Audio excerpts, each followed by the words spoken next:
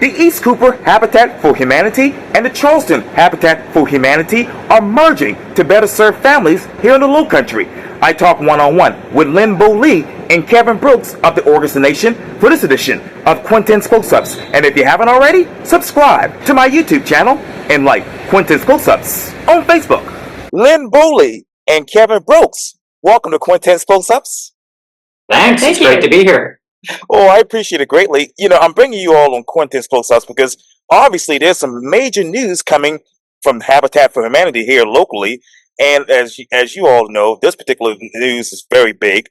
The Charleston Habitat for Humanity and the East Cooper Habitat for Humanity have actually merged. That's correct. Correct. Yes. Correct. As of September 1st, we are one organization. That is amazing. I just lost my question, so I'm just going to roll with it. But tell me, we know that the Habitat for Humanity is a big organization here in the Lowcountry. Has helped a lot of people for over the past couple of decades. So why this merger? Why now? Well, we felt like it was really important to combine our skill sets and to reach even further across the county. The combined organization now serves 80% of Charleston County's population. Wow. So, as you know, Lynn and Kevin, this particular population is going to be growing for the next 5 to 10 years. So how do you grow this particular organization now that it's been merged with that smart growth? So combined, what we have figured out is that we face challenges in both areas for affordable land. To build affordable housing, we need affordable land. And we have been able to partner with different municipalities to acquire land cheaper, to get grants, to help that out. And a combined organization will help us more effectively communicate with all the organizations. The county has been a big supporter of East Cooper and then also the repair program in the Charleston area. So a combined organization will be more effective at spending those taxpayer dollars. And in what way do you all build more homes and complete more critical repairs with this particular merger? So we've combined our staffs as well as our board. Wow. And so our capacity just from a personnel level has doubled. And we have now build sites in, Hughie, yes. In North Mount Pleasant, in North Charleston. We have two build sites in West Ashley.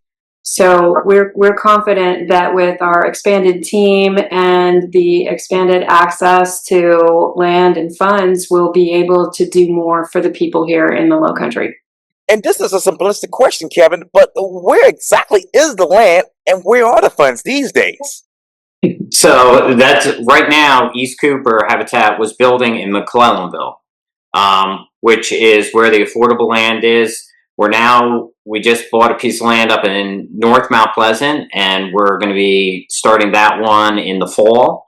But a lot of the land, North Charleston has been great. They have empty lots, which they are designating for affordable housing. So we're going to be looking at them. But we've been able to find a lot of land. We keep going a little further out every single time if we're not getting land from developers or the municipalities, really. And Quintin, one of our strategies to help more folks is to look at outside of the traditional model of single family housing. So, if we have a double lot, we could put a triplex on that lot and serve 3 families instead of 2 for less than the cost of 3 single family homes. Wow. I want to expand on that just a little bit because what exactly do people need right now? What are your clients' needs and wants when it comes to affordable housing? Well, basically what they want is to live someplace close to where they work, where their children go to school, with access to grocery stores and healthcare. Typically, the affordable land is not located near any of those things. So what I was saying just a minute ago about maximizing each lot for capacity is really even more important because we want to take people who are poised for home ownership and put them in a better situation where their mortgage payment with a 0 interest or low interest mortgage is better than what they're paying for rent. So we're building building wealth.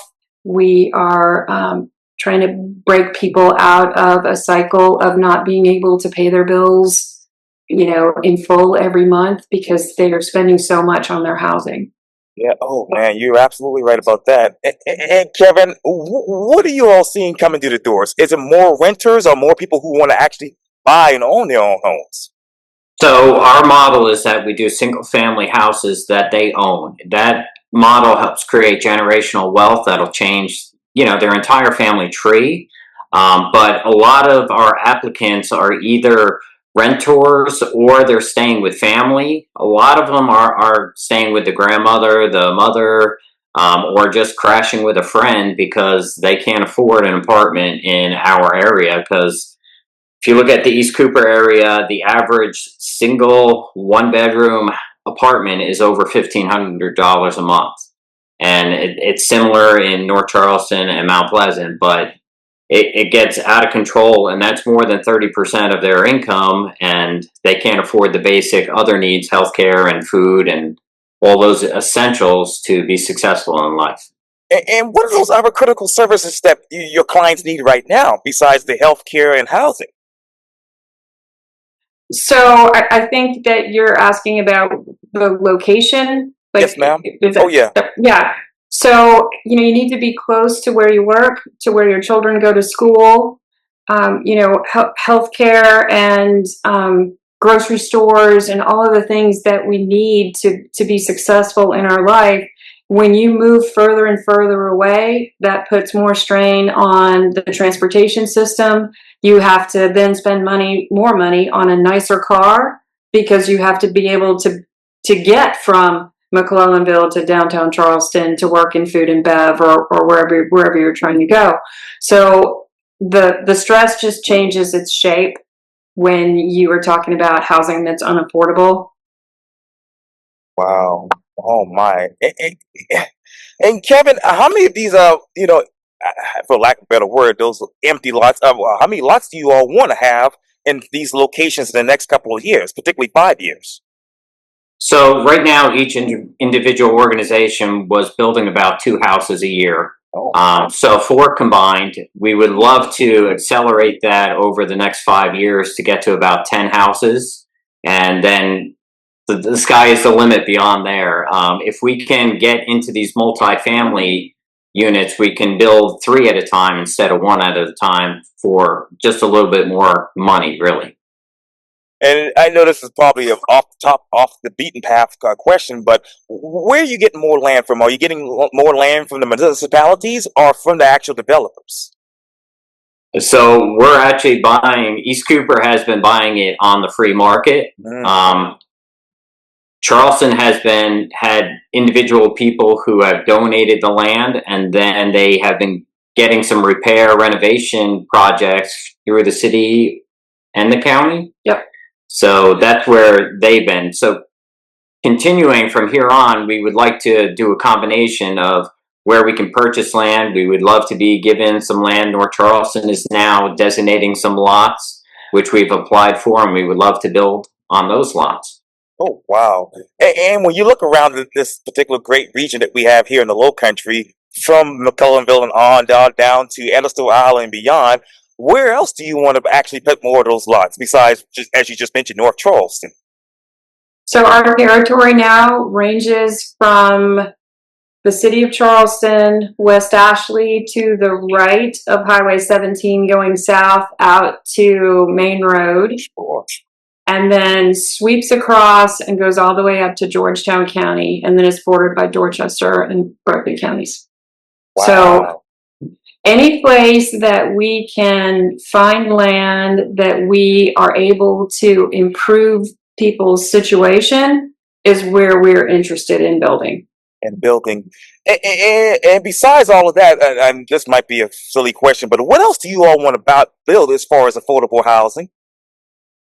So we are looking now at some transitional housing that we're working on. So that would provide a low rental cost for a family who would otherwise have qualified for our program, but either because of circumstances where they weren't able to have an affordable rent. So they made other arrangements. They're living with family. So they don't have the kind of rental history and bill paying history that we would look for in issuing a mortgage. So that would give them an opportunity to have a low cost rental and sort of a proving ground, if you will, for them to then springboard into the home ownership part of our program. Well, that's So, amazing. so Quintin, we're also working on, we're calling them ADUs or cottages, Right. which are smaller options, which are great for seniors or veterans. And we have 3 in the planning process right now, and that's a great way to add housing capacity to existing houses. So that would be, if the municipalities allow that, that would give us an opportunity to expand the housing stock too. Yeah, in simplistic terms, what exactly is the housing stock right now here in the Lowcountry post-COVID? So the number I heard is over 40 people are moving here every single day. And those 40 people need grocery stores. They need the Home Depots, the Lowe's, all of those basic shopping opportunities, as well as restaurants, food and bev. And those are our clients, really, the people who are not making $100,000 a year. We're looking at building more houses, and as more people move here, there's more opportunities for us to build houses that are really targeted towards our demographics. And I wanted to back it up for just a second, Kevin. I know you wanted to put those, you have this idea of obviously creating ADUs for the senior citizens and veterans. Where in this region can you put those actually? So we're working in West Ashley on those and North Charleston on those. Wow, that is amazing. And Yeah. very, very interesting too. So let me ask you this. If anybody wants to participate with the Habitat for Humanity as far as getting affordable housing and whatnot, how do they go about that? So we have an application process that opens when we have properties that we are preparing to build. So as soon as we get through the permitting process for like an area that we have 4 lots on, then we will open our housing application process and folks will apply. They can get that application on our website, which is charlestonhabitat.org. And yeah, it's a simple download. It won't be available on the website if the applications aren't open. Since this will be our first experience with having such a vast territory, we will probably, for at least the next little bit, have split application processes or designate where those lots are going to be, because you don't want to take someone away from their home and family West Ashley, where their support network is and where they get help with their childcare and those kind of things, and then plunk them in an area that's completely 45 minutes or 50 minutes away from their support network.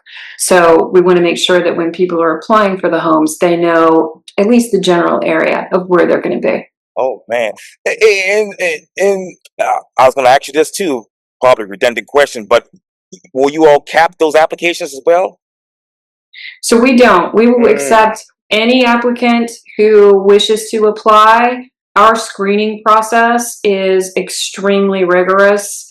We do all of the things that a traditional bank would do in qualifying a family, because we do issue a mortgage, and it is an actual mortgage that's filed and you own your home. It's just like a mortgage on the open market, except that it's either 0 or low interest for those families. So, that means that the payment is going to be a lot less. I mean, if you've ever seen your mortgage statement, you'll see that a lot of it is going to interest payments. Right.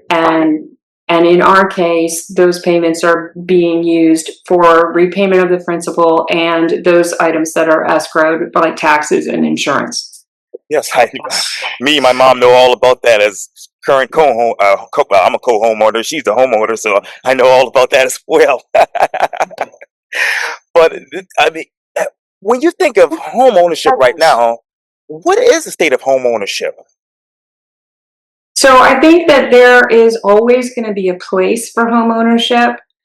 It is one of the only ways that a family can break out of sort of a cycle of low income life that allows for the accumulation of wealth through equity. and advancement of that whole family. And that's how Habitat got started. That's our basic model. You know, lately we have branched out into doing some other things. We've been working with the Community First Land Trust. So the properties that we build will stay affordable in perpetuity. And the families that purchase the home purchase only the house that sits on the land and not the land underneath it. So the land retains its ownership with the land trust. Wow, that's really very interesting. And when it comes to housing and land, who else do you all want to partner with? We would love for developers who are required to build a certain percentage of affordable housing to come look at us. All these commercial builders are building these mega treks, and we would love to be out there and just build 10 houses in a neighborhood of 1,000, and we'd love to partner with them. Any individual landowner who has land that they're looking to help the community by donating to us for affordable housing. We'd love for them to partner with us. We've partnered with a lot of contractors in the construction, as well as other partners who want to come forward and help us out. Wow. And I don't know if you know this, Quintin, but if you donate land to Habitat for Humanity, you can write off the value of the land. So if you're having a particularly good year with your stocks or something and you need to offset some gains, it's a perfect way to do that. Wow, that is good to hear for those people who are interested in that. So, going back to your history, what is the biggest difference about Habitat for Humanity from when it started to right now? So the model has always been single family homes, in basically doing infill properties, and some of the larger affiliates, and what we want to get to is really becoming developers, where we have a piece of property and we can do 4 houses or even more. And the single family is great, but a multifamily is more efficient and it provides more units. So that's where a lot of affiliates are going, and we would love to also get into other opportunities, whether it was rentals that help support our main mission, or doing land lease or something like that, where we can expand our reach and help more people that way. Right. And also, we utilize our repair program to do those critical repairs for families who already own their own home, in order to keep those families able to age in place, able to live in their home that they've owned possibly for generations, and in safety and affordability. Yeah. Yes, that is really really amazing. Well, Lynn Bowley and of course Kevin Brooks, thank you so much for your time, and again, welcome to Quintin's Close-Ups, and congratulations on the merger. Thank you very much. Quintin. Oh, you're very welcome.